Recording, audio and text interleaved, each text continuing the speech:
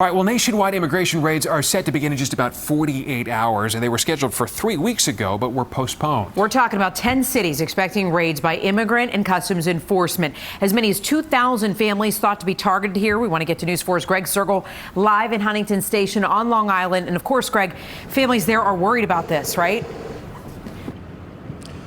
That's right, Natalie. This will really be an anxious weekend in immigrant communities like this one here in Huntington Station. Advocates tell me that the fear in these communities is widespread, even though Long Island is not one of the places the federal government has targeted for these immigration raids. Immigrant communities like Huntington Station and here in Patchogue are expected to resemble ghost towns this weekend.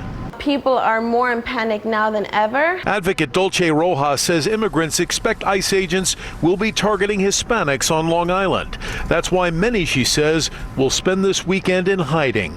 They're contacting their pastors, their priests, and looking for sanctuaries because they're just so afraid. These raids are absolutely immoral. Advocate Pilar Moya says immigrants worry these raids will separate, even destroy their families.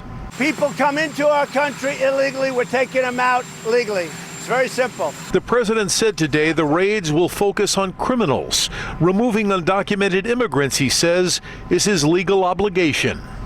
Don't be afraid, don't panic. If anything, report ICE sightings. Rojas is urging immigrants to know their rights. And to that end, one New York State senator has issued this emergency guide on how to handle an ICE raid. Somewhere so high. Rallies like this one supporting immigrants are planned in 5 Long Island communities tonight. Organizers like pediatrician Eve Krief are calling for better treatment of those in border detention centers and an end to the ICE raids. We need to start looking at these people as the human beings that they are. Children are suffering, and it's just unacceptable in our country. Now, the advocates we spoke to today reached out to several immigrants on our behalf, asking if they would speak to us about their concerns on these ICE raids. But every single one of them refused, saying they were simply too afraid. We're live in Huntington Station. Greg Sergel, News 4 New York.